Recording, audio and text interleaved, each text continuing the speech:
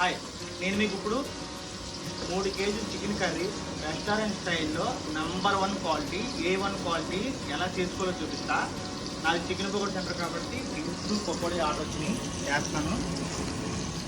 మీరు ఇప్పుడు ఏది ఎంత తీసుకోవాలని క్లియర్గా చెప్తాను. దయచేసి వీడియో మొత్తం చూడండి. Thank you. మీకు ఇప్పుడు ఇందాక చెప్పాను కదా, 3 కేజీ చికెన్ కర్రీకి ఉల్లిపాయలు ఎంత అంటే ఉల్లిపాయలు ఒక 1/2 కేజీ తీసుకున్నాను నేను. ఇదిగోండి 1/2 కేజీ ఉల్లిపాయలు. ఇది సన్నగా ఇలా కట్ చేసుకోవాలన్నమాట.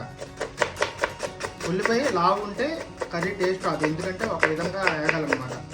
ఓకే, ఇలా సన్నగా కట్ చేసుకోవాలి. అలాగే పచ్చిమిరకాయలు ఇన్ని అంటే ఒక 20 పచ్చిమిరకాయలు అనుకోండి. అలాగే మనం ఇప్పుడు కర్రీలో కావాల్సిన గ్రేవీ ఎలా తయారు చేస్తున్నాం అంటే చూడండి, గసగసాలు, జీడిపప్పు, గసగసాలు 50 గ్రాములు, జీడిపప్పు 150 గ్రాములు. ఇది